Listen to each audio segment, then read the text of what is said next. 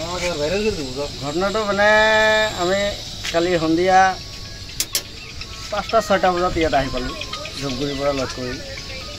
তো অহাৰ পিছত পুলিচ কয় কি আছে বোলে আলু আছে, চালান দিলোঁ। দিয়াৰ পিছত আলু গাড়ী চাইড কৰ। কিয় কি হৈছে ছাৰ? কয় চাইড কৰ, এইটো আমি নাজানো কি হৈছে, চাইড কৰি যা।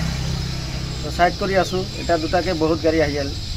অহাৰ পিছত পুলিচক সোধে বোলে কিয় যাব নিদিয়ে। তাৰপিছত পুলিচ কয় আমিও নাজানো, ওপৰৰ পৰা যদি অৰ্ডাৰ পাওঁ তেনেহ'লে এৰি দিম, তেতিয়ালৈকে থাক। আচলতে কি ওপৰৰ পৰা আটক কৰিছে নেকি? এইটোতো আমি নাজানো। আমি পুলিচক সুধিলোঁ বোলে কি কাৰণে গাড়ী ইয়াত ৰখাই দিলে। তাৰপিছত পুলিচে গৈ বোলে এইটো আমিও নাজানো, তোমালোকে যেনেকৈ নাজানে আমিও তেনেকুৱাই।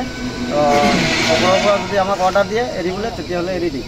ইতিমধ্যে কিমান গাড়ী আবদ্ধ হৈছে? ইতিমধ্যে ইয়াত মিনিমাম 30-35মান হ'ব। এতিয়া কি বিচাৰে?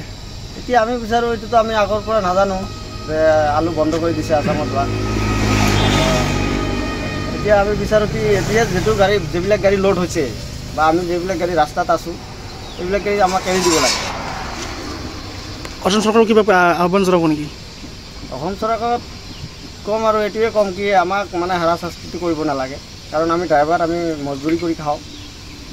এই বন্ধ আছে কি আছে, আসাম বেংগলৰ মাল আসামত যাব নিদিয়ে, এইটো চৰকাৰৰ কথা। এইটোতো আমি মজদুৰি মানুহ, ড্ৰাইভাৰ মানুহ, এইটো আমি নাজানো। তো এতিয়া আমি মানে চৰকাৰে কি বুজাবুজি কৰিছে এইটো তেওঁলোকে জানে।